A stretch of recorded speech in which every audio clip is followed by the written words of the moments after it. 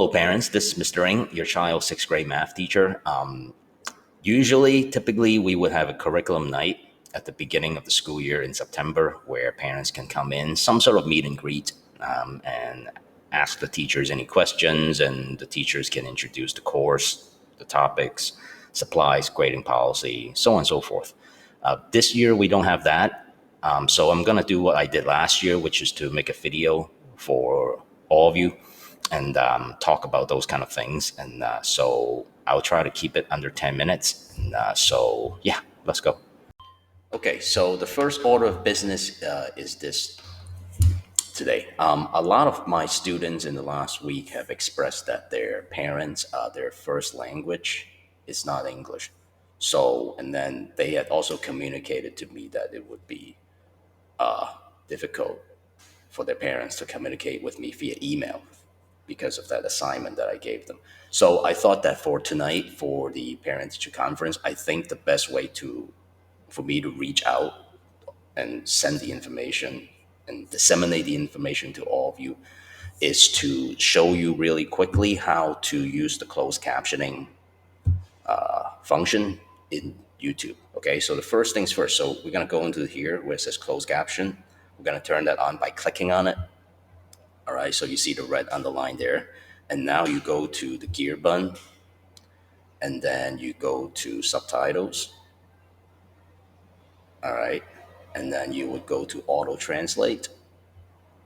All right, and then you could pick any language that would suit you the most. Okay, so for example, I would choose Portuguese because I go to Brazil every summer. Okay. All right. So once again, let me just, and then you could press play and it would say, you see that, right? It says música, right? So, okay. So once again, all right, one more time how you do it. All right. Click on the closed captioning button, click on the gear button down here, click on subtitles, and then go to auto translate, and then you can pick your language. Okay. So with that said, let's begin our parent teacher conference slash curriculum night. Okay. All right. Let's go. Okay, all right. Let's see if we can do this under 10 minutes. So okay, I'll start off really quickly. So this is my 19th year teaching, and my ninth or eighth year. I lost track. It's been so long. It's my eighth or ninth year teaching at MS 51. I've been teaching the sixth grade curriculum quite a bit, so I do know the materials and the curriculum and all the ins and outs of the curriculum inside out. So let's talk about goals and challenges for this year. So this year, at least for the first marking period, one of the things I need to identify is because students are coming from different schools, I need to know where their learning gaps are. So for the first marking period, which is going to last about 10 weeks, okay? By the way, there are 4 marking periods this year, all right? Last year, there were only 3, but I think we're going back to the standard. So for the first marking period, for the first 10 weeks or so, I want to identify what the missing skills are from each student, and then come up with a remedy for that. So if it means coming into the school in the morning to get extra help, or getting a packet from me, or referring them to watching some math videos, whether those are the ones I've made or from YouTube, all right, other videos, something like that, okay?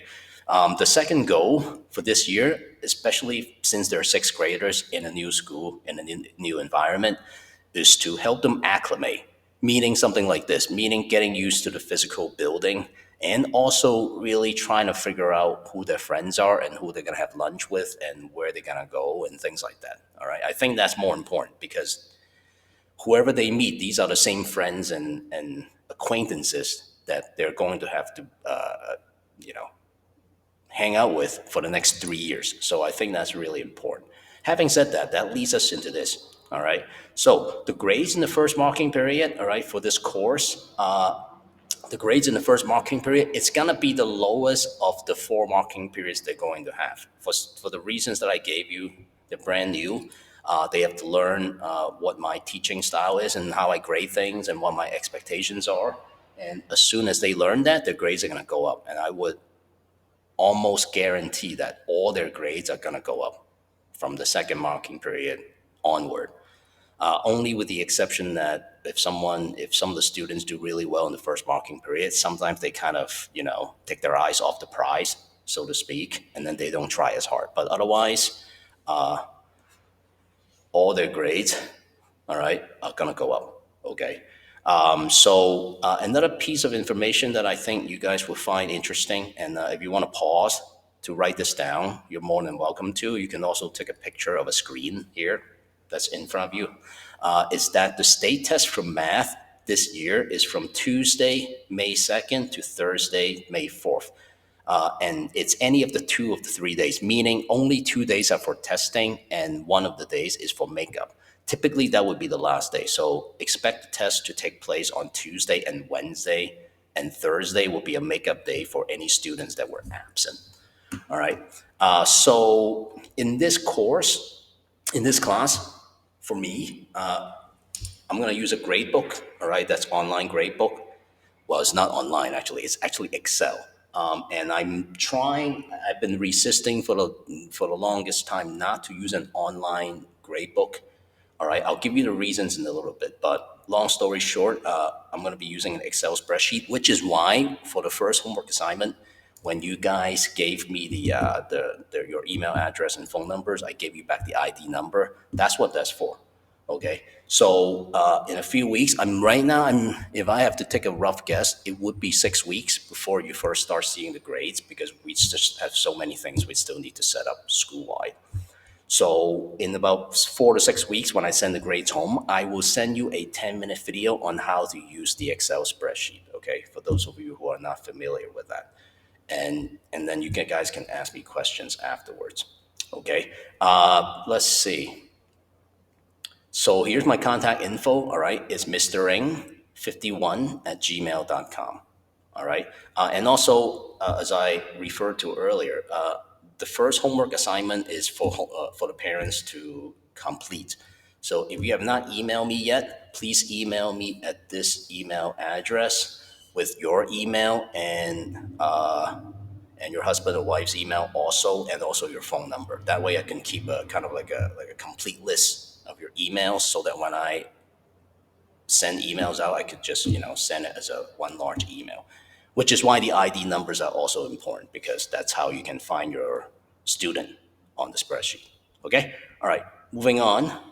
Let's see. So this is the course calendar, all right, or the pacing calendar, or the curriculum for this year, all right. So these are the units. The ones in blue are taking place before the state exam. The ones after, all right, the ones in orange are what we're gonna learn after the state exam. Okay, and these are more or less seventh grade topics. All right, with particular interest in Unit 10, learning how to add, subtract, multiply, and divide with positive and negative numbers. Okay, so the reason also why I want to use the Excel is because every 3 weeks, when I send the email you guys the grades home, it also gives me the opportunity to tell you guys what the upcoming dates are school wide, like parent teacher conference, report card distribution, things like that, and also what topic we're on. So it by doing that, instead of just posting grades online where it's just a number next to my name, we can keep in constant contact and in communication as to what's going on in the school and what's going on in class, and that way you guys will always be up to date as to what's going on.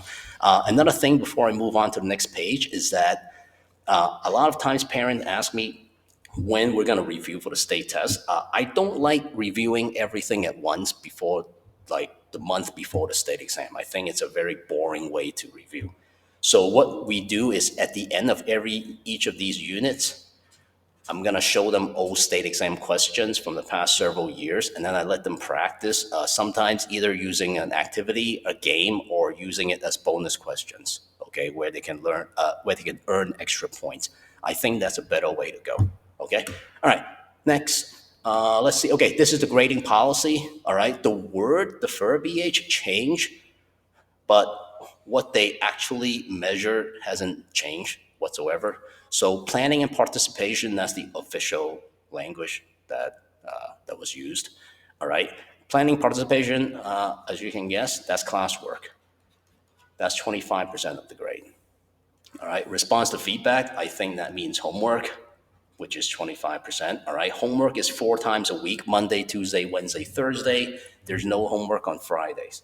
Okay. Right now, I'm in the process because the students do have their DOE student account emails. We have also just reset their password. So right now, I'm in the process of setting up both Google Classroom, which is what we will use should we not meet in the building, which right now, as it stands, it's only on snow days. So when there's a snow day, we're supposed to meet online. So let's hope we don't get too many of those. Okay.